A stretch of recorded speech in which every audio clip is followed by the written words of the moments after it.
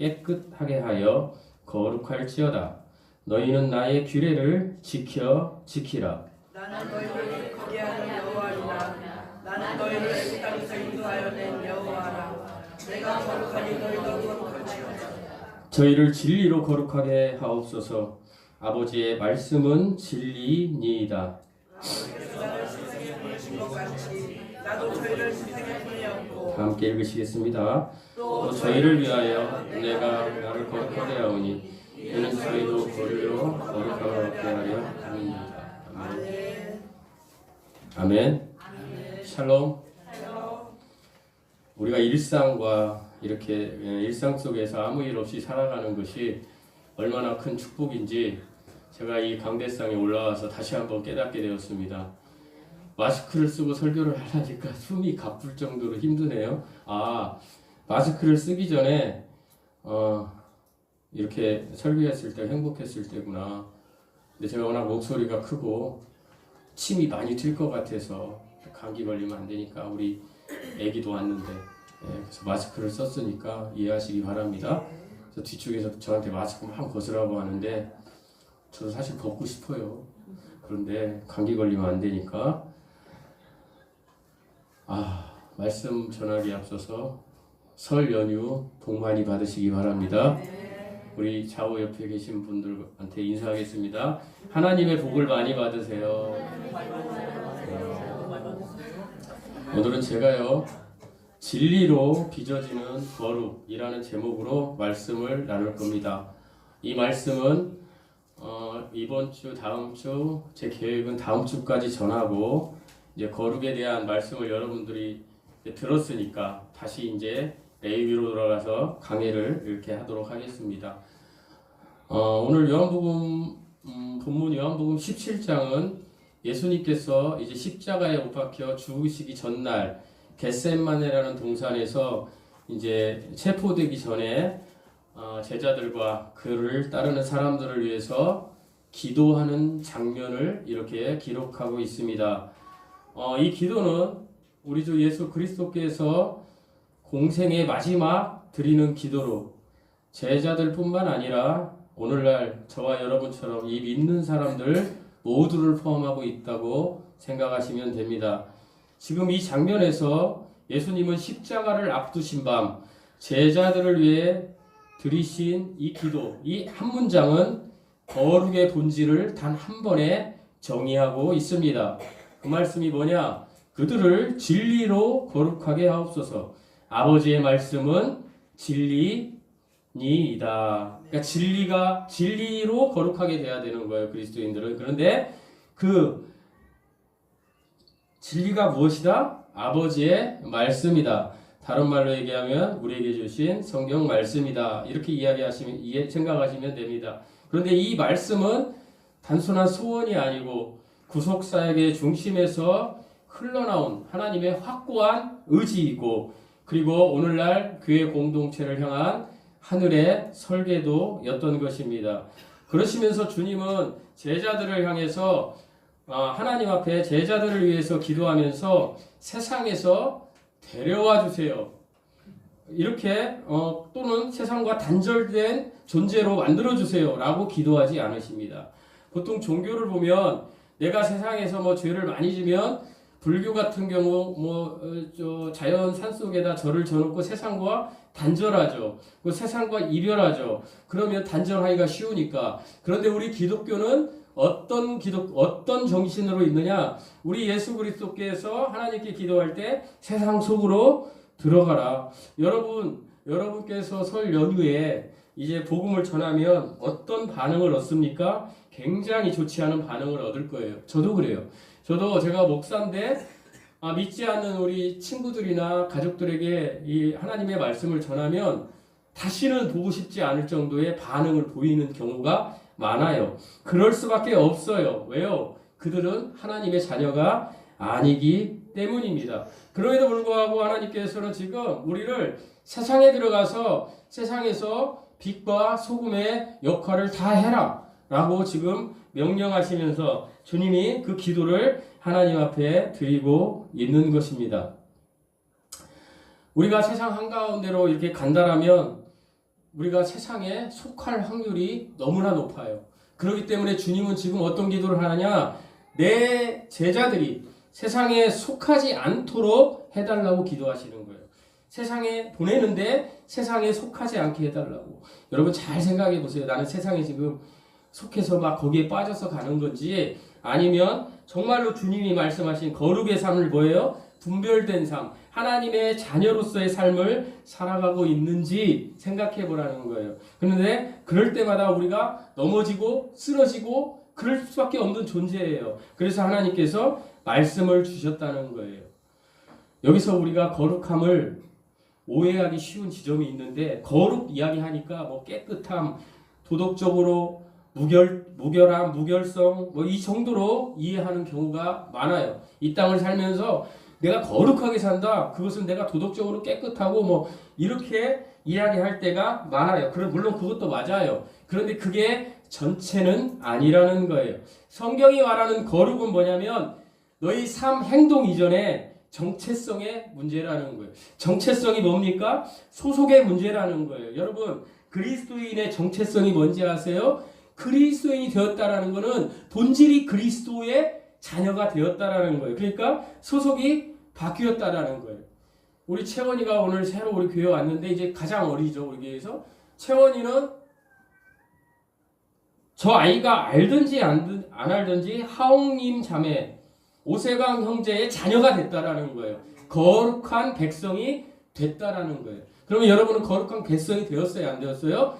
된 거예요. 그런데 하나님께서 지금 이야기하시는 거는 거룩하게 자라가라는 거예요. 그래서 하나님께서 어떻게 기도하시냐? 우리 한번 다시 요한복음 읽어보시겠습니다. 17절 시작. 저희를 진리로 거룩하게 하옵소서. 아버지의 말씀은 진리입니다.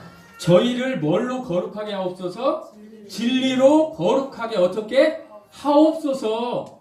진행된다라는 거. 이미 거룩해졌는데 삶에서 거룩하게 해달라고 기도하는 거예요. 세상에 속하지 않고. 그러니까 하나님이 지금 저와 여러분에게 원하시는 거룩은, 너는 이미 거룩한 백성이 되었는데, 하나님의 소유된 백성이 되었는데 이제부터는 거룩이 자라도록 살아라. 세상과 구별된 삶을 살아라 라고 이야기하는 거예요. 거룩은 성경에서 거룩은 정체성의 문제이고 소속의 문제이고 방향성의 문제예요. 제가 이야기 계속 말씀드렸지만 거룩은 방향성의 문제예요. 내가 지금 어디를 쳐다보고 가냐 이거예요. 여러분이 세상을 쳐다보고 간다면 돌이키라는 거예요. 하나님을 바라보고 돌이켜서 하나님 앞에 고정하고 살아가라는 거예요. 제가 예전에 마스크를 좀 내리겠습니다. 호흡하기가 힘드네. 제가 예전에 이제 그 청년 때에 영화가 나왔는데 그 영화를 이제 그 교회에서 보러 갔는데 하나님께서 제 바이러스를 막아주실 것입니다. 땅을 보면서 설교하겠습니다. 숨이 가빠가지고 설교를 못하겠네. 패션 오브 크라이스트라는 영화가 나왔어요. 그때 늘 푸른 침대에 다닐 때인데 교인들 전체가 그 영화를 바라갔는데 자매들이 그 영화에서 감동을 받는 것이 아니라 무서워서 못 보게, 그동안 예수님 영화에서는 볼 수 없는 고난의 장면이 막 굉장히 강하게 나왔어요. 그러다 보니까 그걸 가지고 또 복음주의라는 자들이 왜 십자가의 고난만 그러니까 이 세상은요 따지는 자와 따지지 않는 자 둘로 돼요. 따지고 뭐 그게 천주교 영화다 막, 그러니까 어떤 걸 내놔도 따지는 사람들은 그래요. 참 나 그걸 보고 참 지금 생각하면 한심하다 생각을 해요. 근데 그때는 어땠을까요? 제가 그런 따지는 자의 그룹에 있었어요. 진짜 지금 생각하면 얼마나 어리석었는지. 근데 그 영화가 있었는데 그 영화에 제가 이제 설교를 준비하면서 그 주인공 예수님 역할을 한 사람을 찾아봤어요. 지난주에 그랬더니 짐 카비젤이라는 사람이더라고요. 영화 배우. 이 짐 카비젤이 이제 간증한 거예요. 그걸 내가 소개해드릴게요. 읽어드릴게요. 패션 오브 크라이스트 촬영 중 어느 밤이었습니다. 눈을 떴는데 침대 옆에 예수님이 서 계셨습니다. 그런데 울고 계셨습니다. 저는 일어나 예수님을 끌어 안았습니다. 예수님, 무슨 일이신가요? 왜 그러세요? 예수님은 대답 대신 아기를 보지 말고 잘 들으세요. 바닥을 가리켰습니다. 거기에는 잘 들으세요. 죽음의 얼굴들이 그려져 있었습니다. 그 죽음의 얼굴들 중에 내가 다니는 교회 공동체 안에 있는 수많은 사람들의 얼굴이 있었습니다. 그런데 그들의 얼굴이 전부 죽음의 가면이었습니다. 그때 예수님께서 오시면서 말씀하셨습니다. 나는 포도나무요, 너희는 가지라. 나를 떠나면 너희는 아무것도 할 수 없느니라. 순간 저는 깨달았습니다. 이 사람들은 예수님을 입으로만 믿는다고 했던 가짜들이었습니다. 교회를 다니며 처음에는 나는 하나이고 하나님은 아홉이었어요. 그런데 조금씩 교회 생활을 하다 보니 하나님보다 나를 위해 살라고 세상이 속삭이는 것에 귀를 기울였던 자들이었습니다. 그래서 그들은 결국 전부 나를 위해서 살았던 자들이었습니다. 그때 그들의 얼굴은 지옥에 가기 직전의 모습이었습니다. 저는 그 자리에서 기도했습니다. 예수님, 사람들이 저를 바라보지 않게 해주세요. 저는 예수님 앞에 무릎을 꿇었습니다. 저는 절대로 예수님을 배신하지 않겠습니다. 한 번의 0은 0입니다. 10억 분의 0도 0입니다. 아무리 좋은 일을 해도 중심에 하나님이 없으면 결과는 공허입니다. 처음 시작은 좋았어도 시작이 전부를 말해주지 않습니다. 사랑하는 여러분, 매일 스스로에게 물어보십시오. 내 삶의 방향은 어디를 향하고 있는가? 예수님께서 거룩하게 하옵소서 라고 기도하실 때 사용하신 이 표현, 내가 정말 거룩한 백성이 되어서 거룩으로 자라가는 사람인지 아니면 거룩한 백성이 아직 안 되었는지 이것을 한번 자신 스스로 살펴보라는 말씀입니다. 제가 조금 이따 세 번째 대지에서 여러분이 거룩한 백성이 안 됐다라면 다시 한번 여기에서 한 명이라도 그런 사람이 없다라면 다시 한번 복음과 믿음과 은혜에 대해서 간략하게 정리를 해드리겠습니다. 그 정리할 때 나는 꼭 그 말씀을 받아서 반드시 거룩한 백성이 되어야 되겠다라고 다짐하는 귀한 은혜가 있기를 소망합니다. 첫 번째, 진리로 빚어지는 거룩은요, 자기 부인의 통증을 동반합니다. 뭐라고요? 자기 부인의 통증.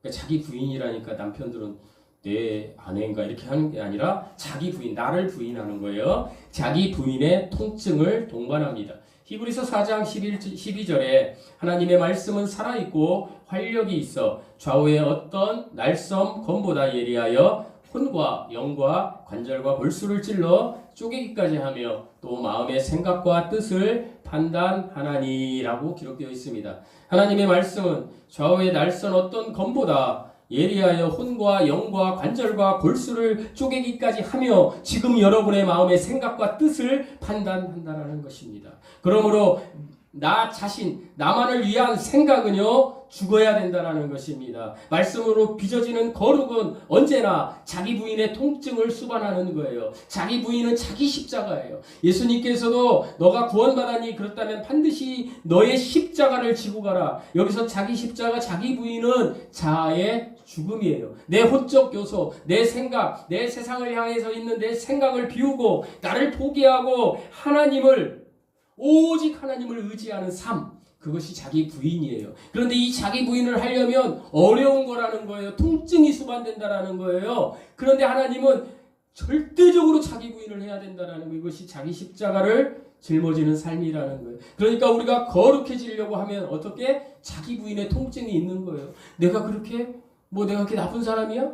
여러분, 사람이 누구에게 가장 관대한지 아세요? 나에게 가장 관대해요. 누구나 나에게 가장 관대한 거예요. 왜 그런지 아세요? 선악과를 따먹기 때문에. 제가 여러분에게 지금 여러분이 그동안 살면서 지은 죄들을 회개해 보세요. 그럼 5분도 회개 못해요. 생각이 안 나거든요. 그러나 그것을 하나님이 다 기록하고 계세요.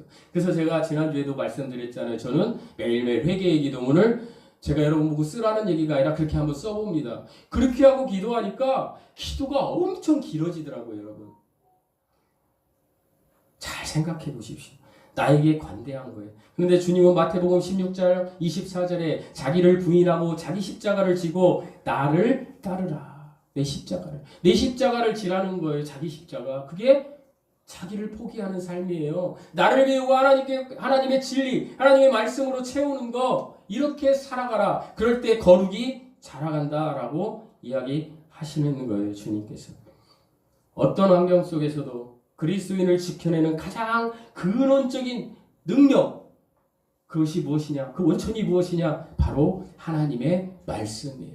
여러분, 하나님의 말씀과 기도로 균형 잡힌 삶을 살아가야만 합니다. 말씀은요, 우리가 이렇게 전하는 말씀은요, 단순한 정보가 아니에요. 살아계신 하나님의 말씀은 성령께서 역사하시는 통로예요.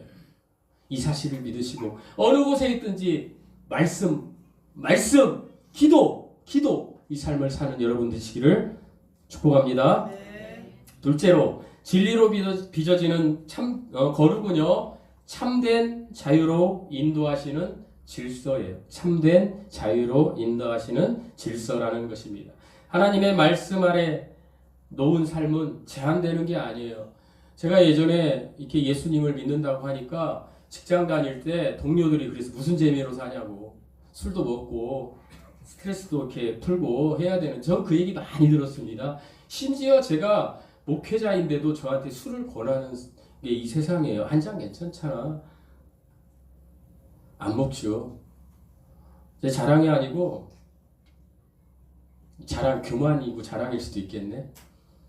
한국전기통신공사, 한국통신, KT, 제가 이렇게 이름이 바뀐 회사를 34년 8개월을 다녔는데 제가 술 한 번 안 먹었어요. 그냥 에이, 또 저런 얘기를 해. 근데 여러분이 한번 생각해도 지금 직장 다니시는 분들, 그게 쉬운 일인지 쉽지 않은 일인지 단 한 번도 안 먹었어요. 저는 거절할 때마다 굉장히 강하게 거절했어요. 국장님이 줘도 강하게 거절했어요. 저는 안 먹습니다. 발령 난다고 할 때도 안 먹으면 발령, 옛날에 파도 타기 술도 줬어요. 그래서 이게 전 또 이상하게 하나님께서 그 명령에 순종하는 그런 조직에 저를 넣으셨어요. 인사팀, 보안 막 이런데, 거기는 자기들끼리는 지금 저 검찰 특검처럼 이렇게 으쌰으쌰 하는 데예요. 그러니까 제가 다닐 때는 이 파도 타기를 해야 돼요. 그래서 부장님이 술을 쭉 따라주고 파도를 타요. 그래가지고 5초 안에 막 먹고 와요. 근데 어디서 항상 끊기느냐? 제자리에서 끊겨요. 그래서 그날 국장님이 저에게 너는 다른 데 가라 그러더라고요. 전화국으로. 사실은 그때 돈 써서 500만 원, 1000만 원씩 써서 그 길을 오려고 사람들이 그럴 때, 우리 박정훈 집사님 잘 알을 거예요. 근데 제가 선택하라고 하더라고요. 술을 마실 건지 아니면 전화국으로 갈 건지 현업으로 간다고 했어요. 그랬더니 이렇게 물어보시더라고요. 그때 한광호 국장님이신데, 너는 왜 술을 안 먹냐? 내가 아는 교회 다니는 애들 다 술 먹던데 너는 왜 술을 안 먹냐? 그러더라고요. 제가 이렇게 얘기했어요. 저는 제 양심에, 제가 믿음은 없는데 제 양심에 하나님 앞에 술을 안 먹기로 작정했습니다. 그래서 안 먹습니다. 그리고 이제 발령 나는지 알고 있었어요. 그 다음날 그 KT 아이맨이라고 이 메신저가 있었는데, 우리 그 본부 경영지원국 노사 인사 감사 총무 이렇게 있었는데 그 팀 직원이 한 28명 됐어요. 그 28명에게 전부 복에 국장님께서 아침에 오시자마자 아이맨을 이렇게 넣으셨어요. 밤새 뭘 했는지, 제가 하나님 편에 서서 그렇게 하니까 어떻게 메신저를 보냈냐. 앞으로 이번에 새로 전입 온 이영국이를 술 주는 놈은 내가 발령을 낼 것이다. 단 이영국이는 술을 안 먹는 대신 파도 탈 때 뒤로 빠지고 그 분위기 깨지 말고, 그리고 동료들이 술이 다 취해가지고 힘들 때 차를 다 태다가 집에까지 모셔다 준다. 그때 대리가 없었거든요, 많이. 그래서 제가 트라제를 샀어요. 그 당시에 많이 태워주려. 그래서 저는 얼마나 그게 감사했는지 그 다음부터 다 이 차에다 다 태워주고 이렇게 왔어요. 그래도 너무 좋은 거예요. 그때는 하나님 편에 서니까 말씀 앞에 서니까 이거 제 작은 간증인데 그냥 하나님이 길을 열어주시더라고요. 그리고 저는 일로 승부했어요. 그럴 때마다 자랑이 아니고 우리 박정훈 집사님은 아시지만 제가 12년을 고가를 1등을 받았어요. 거기에서. 여러분 이게 쉬운 게 아니에요. 제가 잘해서 그런 게 아니에요. 하나님이 하나님 편에 서면 반드시 일으켜 주시더라는 거예요. 여러분 그렇게 사셔요. 한번 그렇게 살아보세요. 뭐 지금까지 안 살았으면 지금부터라도 한번 살아보세요. 여러분 그렇게 우리가 거룩을 쫓아서 가서 살면 하나님이 우리를 도와주세요. 그러니까 제가 이렇게 간증할 수 있잖아요. 여러분 제가 거짓말이면 어떻게 여기 서서 간증하겠어요. 저 이거 설교 듣는 저희 KT 동료들 많아요. 아니 지금도 저기 앉아 있잖아요. 제가 어떻게 이 설교를 할 수 있겠어요. 이걸 못 지켰으면. 그러나 그렇게 서서 이제 퇴직하고 이렇게 하니까 저에게 간증이 되더라 이거예요. 여러분 하나님 편에 서서 하나님의 말씀을 간증하는 사람들이 되셨으면 좋겠어요. 이것이 참된 자유로 하나님이 인도하시는 질서예요. 내가 지금 손해보는 것 같지만 절대로 손해보지 않게 하시는 거예요. 이 설교를 들으면서도 지금 판단하시면서 아이고 또 자랑하네 설련이 그렇게 생각하지 마세요. 제가 자랑하려고 하는 게 아니에요. 저도 이거 말고 다른 쪽으로 하나님 앞에 부족하고 연약하고 죄 짓는 모습으로 살아간 거 많아요. 다 한쪽이에요. 그러나 저와 여러분이 하나님 앞에 은밀한 죄가 있다라면 오늘 결단하고 그렇게 한번 해보자라고 제안해 드리는 거예요. 그럴 때 하나님께서 정말 우리에게 자유로 인도하시는 질서를 주실 것입니다. 이 은혜가 여러분에게 임하시기를 축원드립니다. 셋째로 진리로 빚어지는 거룩은요 단회적인 체험이 아니라 평생의 여정이에요. 제가 이렇게 얘기하면 구원은 단회적인데 무슨 얘기야? 그 얘기가 아니고요. 구원은요 단회적이에요. 여러분이 죄인임을 알고 회개하고 여러분이 예수 그리스도가 주시는 그 믿음을 받아들이면 선물로 받아들이면 여러분이 구원을 받아요. 그러나 거룩은 뭐라 그랬어요? 하나님의 성품인데 거룩은 구별됨이라 그랬어요. 그러니까 거룩은 어떻게? 자라가는 평생의 여정이라는 거예요. 신학적 용어로 말씀드리면 성화예요. 죽을 때까지 성화예요. 우리가 예수 그리스도를 믿었으면 우리가 예수님을 믿었다라는 거 잘 들으세요. 오늘 예수님 안 믿으시는 분들 예수님을 믿었다라는 것을 풀이하면 다른 말로 이야기하면 어떤 거예요? 예수 그리스도가 해 놓으신 무엇인가를 믿었다는 거예요. 그런데 예수 그리스도가 해 놓으신 그 역사적인 사건이 무엇이냐? 복음이에요. 그것을 우리는 기쁜 소식이라고도 하죠. 그래서 우리가 구원받을 때에는 하나님의 은혜가 필요해요. 그래서 제가 하나님의 은혜를 무엇으로 예시했어요? 샘물을 가득 담고 있는 샘이라고 그랬어요. 샘, 우물샘. 우물 이해하셨어요? 잘 들으세요. 샘, 우물이에요. 똑같은 말이에요. 이 우물 안에 샘물이 많이 있어요. 그런데 이 샘물을 하나님께서 위에서부터 아래 것을 태어나게 안오대나기 위해서 거듭나게 하시게 하기 위해서 위에서부터 파이프를 내리셨어요. 왜요? 샘물을 주시기 위해서. 그 파이프가 뭐냐면 통로예요. 구원받는 통로. 그러니까 이 샘물, 은혜는요, 하나님의 은혜는 원천이에요. 구원을 우리에게 시켜주시는 원천인데 그 샘물을 파이프에다 넣어서 이 지구에 사는 우리들에게 넣어주시려고 파이프를 세웠는데 이게 뭐냐? 믿음이에요. 이걸 우리는 통로라고 그래요. 통로. 그러니까 이 믿음의 통로에는 뭐가 있느냐? 샘물이 있어요. 물이. 이 물을 우리는 뭐라고 하냐? 복음이라고 이야기한다는 거예요. 여러분 복음. 그래서 이 물을 어떻게? 이 물이 막 쏟아질 때 이 복음 물을 마시면 어떻게? 우리가 믿음, 은혜 이걸 다 받는 거예요. 그래서 우리가 구원받는 데는 복음이 전해져야 돼. 그런데 이 복음에는 로마서 1장 27절 28절 말씀에 무엇이 있다고 그랬어요? 하나님의 의가 들어있다. 이 하나님의 의는 뭐냐?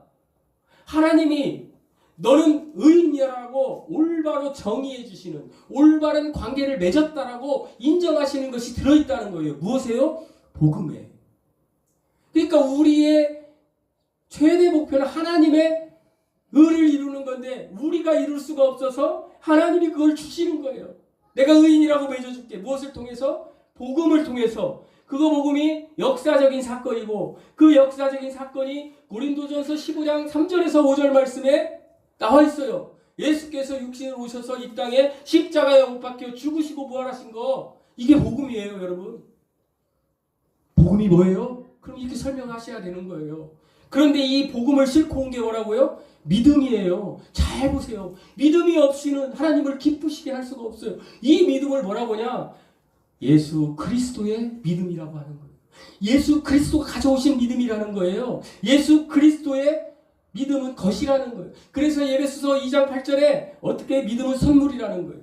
은혜도 선물이고 은혜의 원천을 통해서 하나님의 믿음의 파이프를 이렇게 가져온 거예요. 다른 건 다 이해하시겠죠. 아, 복음은 그거구나. 하나님의 은은 그거구나. 근데 아유, 지금 여러분이 헷갈리시는 게 하나 있을 거예요. 뭐예요? 믿음. 아니, 뭔 설명을 저렇게 무슨 파이프야. 헷갈려 죽겠어. 믿음은 내 믿음이지. 아, 뭐야. 막 헷갈리시죠? 제가 그걸 정리해 드릴게요. 잘 들으세요. 구원 받으신 분들도 다른 분들에게 설명하려고. 믿음은, 성경의 믿음은 두 가지가 있어요. 영어로 이야기하면, 헬라어로 이야기하면 피스티스. 한번 따라서 피스티스. 크게 보세요. 피스티스. 네, 이 믿음은요, 신실함이에요. 에무나라는 거예요, 헬라어로. 뭐 그것까지는 알 수 없고 아실 필요 없고, 영어는 아셔도 될 것 같아요. 다 배웠으니까. 페이스예요. F-A-I-T-H, 페이스. 이 페이스는 그냥 명사예요. 고유 명사. 이 페이스는 뭐냐? 주어가 주체가 된 어떤 대상을 믿는 거예요. 잘 들으세요. 피스티스, 페이스, 영어로 페이스는 어떤 다시 말할게요. 주어가 어떤 믿음의 대상이 되는 거예요. 다시 한번 따라서 해보세요. 잊어버리시면 안 되니까. 페이스는, 따라서 해보세요. 페이스는 주어가 어떤 믿음의 대상이 되는 것이다. 그러니까 이 믿음은, 이 피스티스 페이스는 예수님이 믿음의 대상이 되는 것이에요. 이에 하박국서에 나오는 의인은 믿음으로 산다 할 때 피스티스. 로마서에 나오는 믿음 나오는 게 피스티스. 이해하셨어요? 다시 말씀드립니다. 이 피스티스 페이스는 주어가 어떤 믿음의 대상이 되는 거예요. 그러니까 여기서 주어는 예수님을 얘기하는 거예요. 예수님이 믿음의 대상이 되는 거예요. 그래서 그리스도인이 왜 중요하냐? 예수님을 믿음의 대상으로 삼는 것이기 때문에. 비그리스도인은 왜 지옥 가느냐? 예수님이 아닌 것을 믿음의 대상으로 삼기 때문이에요. 이해하셨어요? 제가 성경 공부식으로 오늘 지금 얘기하는 거예요. 두 번째, 성경의 믿음은 또 하나가 나와요. 헬라어로 피스티오. 한번 따라서 해요. 피스티오. 이거는요, 영어로 빌리프예요. 이 빌리프는 고유명사가 아니에요. 고유명사는 뭐예요? 절대적으로 명사인 거. 근데 이 빌리프는 어떤 명사냐? 전성명사예요. 전성명사. 전성명사는 뭐예요? 동사가 변화돼서 명사가 되는 거예요. 어느 순간에. 그런데 이 빌리프의 동사는 뭐냐면 believe예요. 아시죠? believe. B-E-L-I-E-V. believe. believe가 명사가 된 게 belief예요. 그러니까 모든 사람은요, 이 피스티오가 있어요. 여러분이나 세상에 있는 사람들이나 다. 그런데 이 피스티오는 뭐냐면 주어가 어떤 대상을 믿는 것이에요. 대상이 되는 게 아니라, 아까 피스티스는 대상이 되는 것이죠. 그런데 피스티오는 대상을 믿는 것이에요. 그러니까 잘 보세요. 여러분 지금 집에서 예수님 안 믿는 사람들은 뭘 믿어요? 하여간 뭔지는 모르는데 자기가 믿는 게 있어요. 근데 여러분은 뭘 믿어요 지금? 예수님을 믿어요. 그래서 여기 와서 있는 거예요. 우리가 믿는 주어가 누구예요? 예수님인 거예요. 그래서 요한복음은요. 요한복음에 믿는다라는 말이 많이 나오는데 페이스가 안 나와요. 피스티스가 뭐가 나와요? 빌리브가 나오는 거예요. 요한복음에는. 그러니까 뭐냐면 다시 말씀드립니다. 하나님의 은혜의 원천으로 그 샘물에 있는 샘 복음이 믿음이라는 파이프를 통해서 내려올 때 우리가 어떻게 그것을 믿어야 된다. 받아들여야 된다 할 때 믿으니 이게 빌리브예요. 그래서 이 믿음은 뭐냐면은 이제 진짜 성인 예수 그리스도를 제가 김용희 선교사님을 되게 좋아해요. 김용희 선교사님이 그 옛날에 그 색시집의 아들로 태어났는데 아버지가 일찍 죽어가지고 국민학교도 못 나오는데 그 사람이 그분이 김용희 선교사님 아세요 혹시? 몇 번 얘기했는데 김용의 선교사 유튜브에 가서 한번 들어보세요. 그냥 제가 이렇게 설교하면 뭐 그냥 사투리 많이 쓴다고 하는데 그분 사투리 엄청 씁니다. 뭐 대갈박 대가리 뭐 막 근데 너무 잘하세요. 너무 잘하세요. 막 한번 들어보세요. 근데 설교가 보통 2시간이에요. 이 김용희 선교사님이 얘기하는 게 뭐냐면 믿음이 실제가 돼야 된다는 거예요. 믿음이 실제가 돼야 된다는 얘기를 많이 해요. 이분은 언제 믿음이 실제가 되냐면 저 요한복음 3장 16절 때문에 믿음이 실제가 됐어요. 하나님이 세상을 이처럼 사랑하사 하나님이 나 같은 놈을 사랑했다. 이거에 그냥 뽕 간 거예요. 그래서 평생을 그렇게 이제 하고 자녀들을 많이 낳는데 자녀들을 공부할 필요 없다. 그분 간증을 들으면 공부를 안 시켜요. 그냥 다 선교사로 내보낸 거예요. 다 선교사로. 아프리카 오지로 막 다 죽어가는 대로. 그분 자녀들이 지금 김선교 선교사인가? 파워풀하게 해요 지금. 하나님의 역사가 있거든. 대단한 거지. 하나님 앞에 그냥 그쪽 쫓아가니까 하나님이 어마어마하게 쓰세요. 네, 제가 이건 준비하지 않는데 여기서 믿음이 실제가 됐다는 개념을 제가 정리해 드릴게요. 자, 잘 들으세요. 하나님이신 예수님이 사람들이요 지옥에 가게 생긴 거예요. 그러니까 이 영을 새롭게 하기 위해서 위에 있는 것들을 내리시는데 그것을 하나님의 한 위이신 성자 하나님께서 말씀이신 하나님께서 선물 보따리를 가지고 내려오신 거예요. 거기 선물 보따리는 가져온 건 은혜가 있는 거잖아요. 우리를 향한 은혜가 있는데 그 은혜 보따리에 믿음이라는 걸 가지고 내려. 그건 예수님이 가지고 계신 믿음이에요. 그 믿음 안에는 그 통로 안에는 복음이 있었어요. 그래서 그 복음을 하나님이 직접 이루신 거예요. 그죠? 십자가에 못 박혀 죽으셔서 이루시고 부활하셨잖아요. 그리고 하나님께서 이것을 이 선물을 네가 어떻게 믿으면 받아들이면 빌리브하면 구원받는다. 이 믿음을 받으면 내가 이 믿음을 받기 전에는 나는 어떤 믿음이 있었어요? 피스티오가 있었던 거예요. 나는 뭔가를 믿었던 거죠. 내 아버지 어머니로부터 야 하나님이 있긴 어디 있어? 없어. 하나님이 없어. 야 뭐 하나님이 없잖아. 하나님 없어도 잘 되잖아. 하나님 없어도 숨 쉬네. 이렇게 믿었고 살았어요. 이렇게 이 믿음이 내 믿음이었던 거예요. 피스티오가. 그런데 이 믿음에 하나님이 가지고 오신 믿음을 내가 딱 받아들이면 어떻게? 그때 예수 그리스도가 주시는 그 믿음이 나의 믿음을 종속시키고 나와 연합되어서 결혼해서 그 믿음이 실제가 돼버린 그 믿음이 실제가 됐다는 거예요. 그래서 여러분 그리스도인은요 믿는 것이 아니라 그때부터는 믿어져요. 믿어진다니까요. 내가 이렇게 있는 것도 하나님의 은혜구나 이렇게 믿어져요. 여러분 되게 간단해요. 믿음은 피스티스를 소유해야 돼요. 선물을. 그런데 이 믿음을 안 가르쳐 놓으니까 성경에 여기도 믿음 여기도 믿음 아이고 믿으려고 했는데 죽으라고 믿으려고 했는데도 안 되는데 믿으래. 안 되죠. 알아야 믿지. 예수님의 십자가의 우편 강도처럼 하나님이시구나 이렇게 그렇게 특별하게 믿는 사람도 있지만 보편적으로는 다들 유식해가지고 많이 배워가지고 여러분도 많이 배웠잖아요. 이제 세상에 막 정보도 많고 웬만해가지고는 안 깨지는 거 이게 막 화인 맞은 양심들이 다 이 세상에 있다. 어떤 얘기를 해도 이거 안 믿어져. 그러니까 그 사람들한테 쪼개고 이렇게 해서 이분이 오셨어. 이렇게 해도 안 믿어. 그러니까 오늘날 같은 저 같은 목사들이 저쪽에 보는 거야. 여러분 믿음도 이래도 안 믿어. 옛날에 우리 선조들은 예수 그리스도를 믿으면 여러분 구원 받습니다. 그러면 다 믿었어요. 그러면 되는 거야. 근데 왜 제가 이렇게 얘기하냐? 여러분이 너무 유식하기 때문에 또 쪼개는 거야. 이 성경에서 이렇게 이 선물 받으세요. 이 선물 받으세요. 그래도 안 받아. 됐고요. 사랑하는 성도 여러분,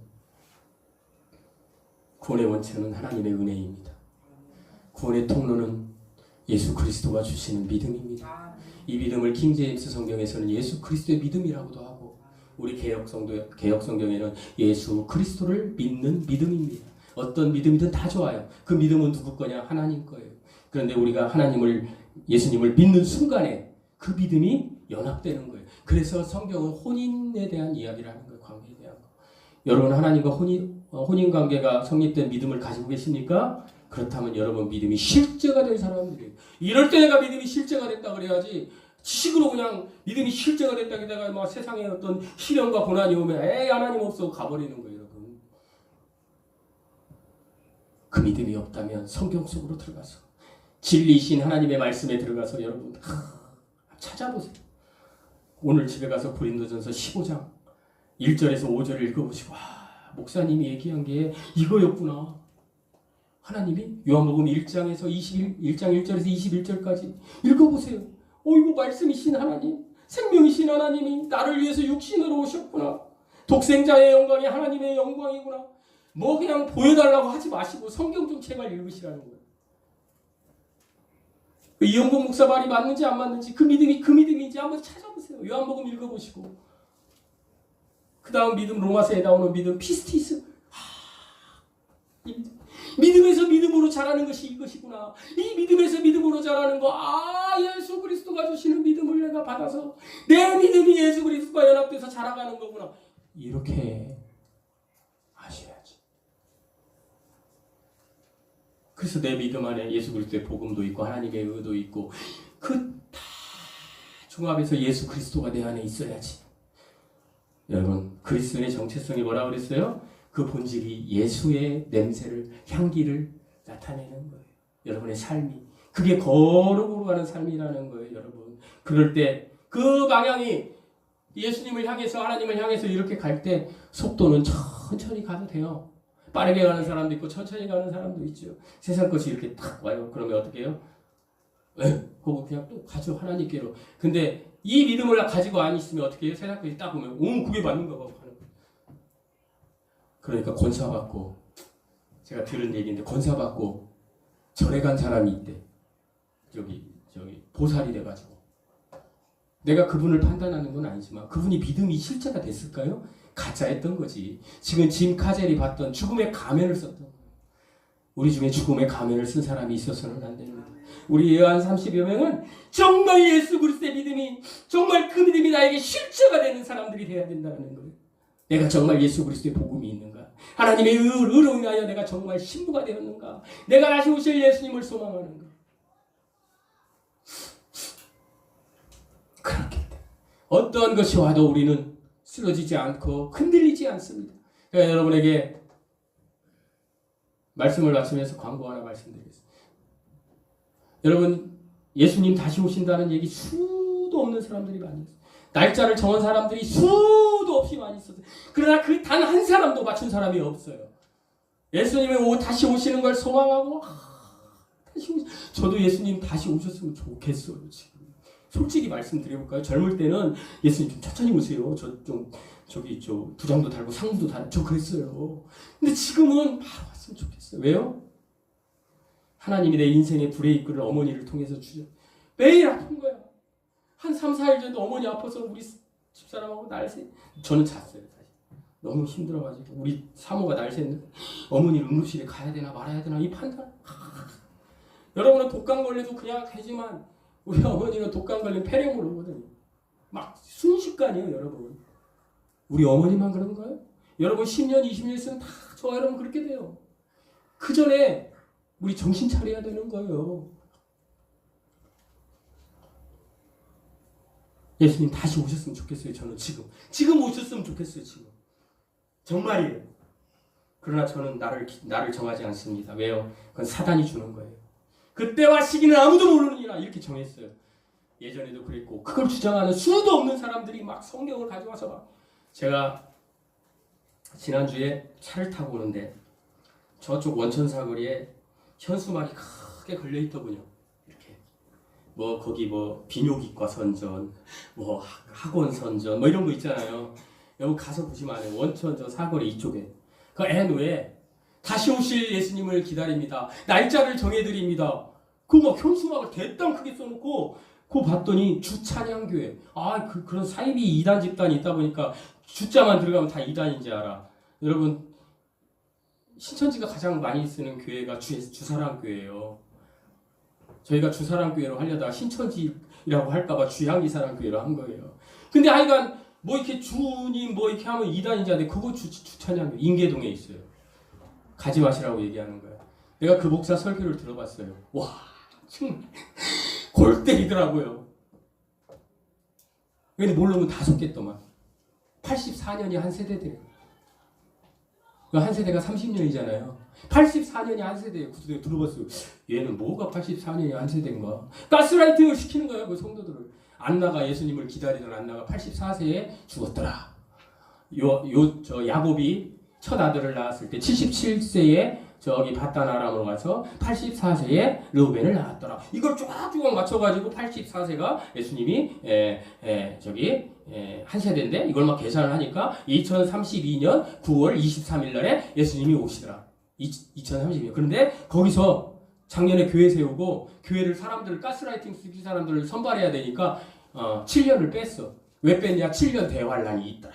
7년을 빼가지고 2025년 9월 23일에 예수님이 오십니다. 막 그 전에 설교를 하니까 미친놈이더라고 완전히. 나 이렇게 욕하고 싶어 그런 놈들을.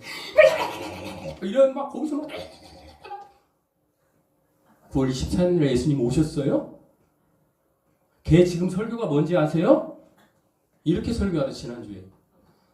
여러분 그때와 시기를 모른다고 설교하는 목사들은 다 늑대 같은 놈들입니다. 저 같은 놈들, 늑대 같은 놈들이 성경에 써 있는데 왜 성경에 써 있는 걸 부인합니까? 지가 해석한 거잖아. 그리고 뭐라고 얘기하는지 아세요? 여러분이 믿어서 거룩을 그딴 식으로 해석하더구만. 여러분이 그 날짜를 기다리고 믿어서 그래도 하나님을 막 사모하면서 9월 22일까지 살았으니 얼마나 좋은 일입니까? 그렇게 설교하고요. 90%는 오셨어요. 또 날짜를 오늘 또 정했어 올해. 속지 마세요. 정말 내가 1분 있다 우리 예수님 오실 것처럼은 살아야 되지만 정말 그런 마음으로 살아야 되지만 여러분 그렇게 하면 안 돼요. 나중에 가서 책망 받아요. 왜 책망 받는지 아세요? 제가 그런 설교를 해가지고 혹시 여러분이 실족하는 사람들이 있으면 여러분 1992년 10월 28일 단위 선교회 때문에 얼마나 많은 사람들이 하나님을 떠난지 아세요? 떠나서 죽어간 사람들도 있어요. 거기에 소속된 사람들은 다 회개해야 돼요. 저는 그 주찬양교회 그거 보면서 지금 인계동에 있어요. 믿음이 실제가 안 됐으면 한번 가보세요. 바로 가스라이팅 될 겁니다. 바로 돼요. 왜요? 목사가요. 아주 열과 성의를 다해서 가르쳐요. 가기 두려우면 유튜브 찾아보세요. 수원 주찬양교회 목사 어떻게 설교하나. 야, 근데 그 설교를 듣고 아멘 아멘 아멘 아멘 뭐라고 하는지 아세요? 헌금하래. 예수님 오실라 얼마 안 남았으니까 똑같지 않아요? 92년하고? 똑같지 않아요? 왜 하나님을 그딴 식으로 제한하냐 이거예요. 그러니까 너무 흥분하는데 제가 말씀드리고 싶은 말이 뭐냐. 하나님 제한하지 마세요. 제가 내 주변의 신앙에 저한테 좋은 선한 영향력을 맺힌 사람들이 많이 있어요. 근데 그분들이 이렇게 단체에 있어요. 내 가슴 아픈 건 뭐냐. 그 단체, 그 교단의 어떤 룰에 따르지 않으면 마치 제가 지옥 가는 사람처럼 이야기를 해요. 그 사람하고 교제하고 나면 왠지 기분이 나빠. 제가 볼 때 신천지나 정명석이나 똑같은 것 같아요. 왜 지들이 울타리를 치나요? 하나님이 쳐야지. 여러분 울타리 치지 마세요. 내가 정말 예수 그리스도의 믿음이 실제가 되었다면 내가 되면 되는 거예요, 하나님 앞에. 그리고 우리는 어떻게 해요? 그 받은 은혜를 전하셔야 돼. 이게 진리예요. 그냥 이런 어떤 거 서적 하나 가지고 이게 진리입니다. 그거 하지 마세요. 그거 하다가 평생 그거 하다가 부끄러움 구원받고 지금 천국에서 하나님 앞에 부끄러워가지고 이런 사람 수억 명이 있을 거예요. 이제 우리 남은 인생 얼마나 남았습니까? 저는 한 10년 남았나? 김수미 선생님이 71세인가 돌아가셨더만 제가 보니까 4세인가? 제가 계산해보니까 10몇 년밖에 안 남았더라고. 제가 아이고 다투면서 가지 말자, 굳건하게 서서 가자, 좁은 길 가자. 제가 이 설교 하려고 지지난주에 저 목사님 100명들한테 이걸 써냈나 봐요. 저만 써내야 되는데 거기다 제가 또 혹을 하나 붙여가지고 이영국 목사와 주양기사랑교회 이영국 목사와 김미숙 목사님이 좁은 길을 정직하게 갈 수 있도록 기도해 주게 썼어요. 목사님이 덤으로 나한테 걸린 거지 그분에. 좁은 길 정직하게 하나님 앞에서 정직하게 가면 하나님이 복 주실 것입니다. 여러분 거룩은 자라가는 거예요. 그런데 이 거룩은 반드시 진리, 그 진리는 하나님의 말씀, 성경 말씀으로만 자라가는 거예요. 여러분 하나님의 말씀을 사모하십시오. 복된 설 연휴 되시고 여러분 가정에 하나님의 위로하심과 하나님이 평안케 하심이 있으시기를 축원드립니다. 기도하시겠습니다. 하나님 아버지 감사합니다. 모든 것은 하나님의 은혜입니다. 하나님의 은혜로 하나님이 주신 그 믿음을 통하여 우리가 하나님의 신부되었음에 감격합니다. 하나님 신부된 자로서 마땅히 의무를 다하는 삶을 저희가 살게 하여 주시옵소서. 하나님을 바라보며 하나님께 방향 맞추고 아버지 살아가는 저희들 되게 하여 주시옵소서. 이제는 우리 주 예수 그리스도의 은혜와 하나님의 사랑과